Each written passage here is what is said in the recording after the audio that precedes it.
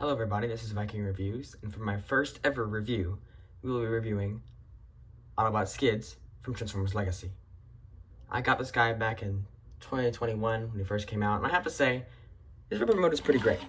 He's got some great sculpting and paintwork, though there is some areas that I wish they could have painted more, like the back of his thighs here, and possibly maybe a little bit on the arms. Not to say the paintwork is fine, but a little more would have been nice. For articulation, he has a swivel at the head, a ball joint, not a swivel. So now he does all the ball jointy things, including look up a little bit and look down, not very much.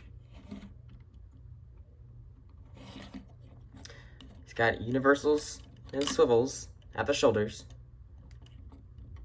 meaning he can T-pose very well.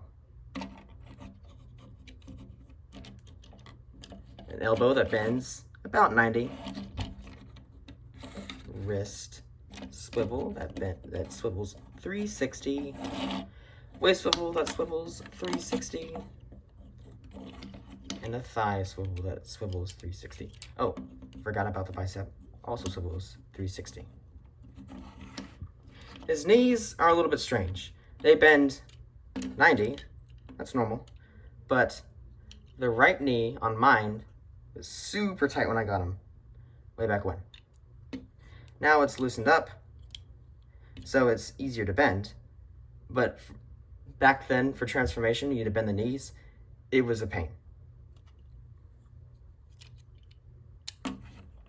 He also has very deep ankle tilts.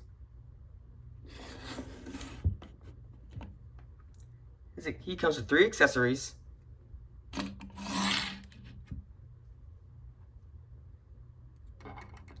Two guns,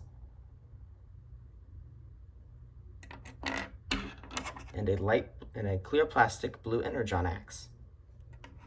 Now all 3 of these guns can be combined together, like so, and they can be put to any 5mm port on this figure or any other figure.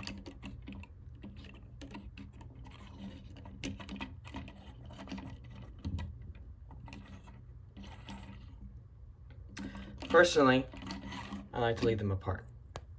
I have to put the axe back here, and a gun in each hand. Now, for transformation, in theory, it's pretty simple, and it's pretty intuitive. There's one step that I would consider probably the biggest pain on this figure. First, you flip this up, and you straighten out the arms like this. Raise it up a little bit. And now for the feet. For the legs here, you bring these down. Make sure you flip out the tires from underneath the feet. You don't have to tie the legs in together yet, so you will. And you have to bend the knees backwards. And then this is the biggest pain. There's a hinge right here. You flip that up, but also simultaneously hinge the legs forward. So it all bends up like this. Now you take the legs in together.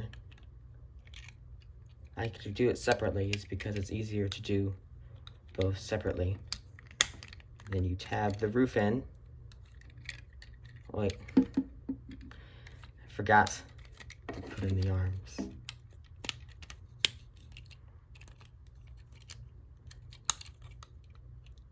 And then once you have the arms like this, so the tires are facing out,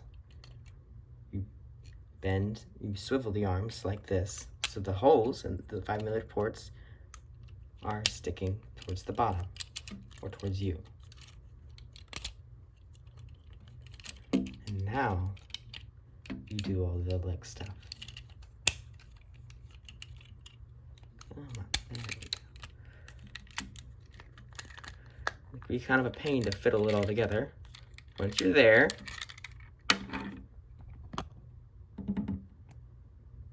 hatchback. It's a cute little hatchback. Very nice.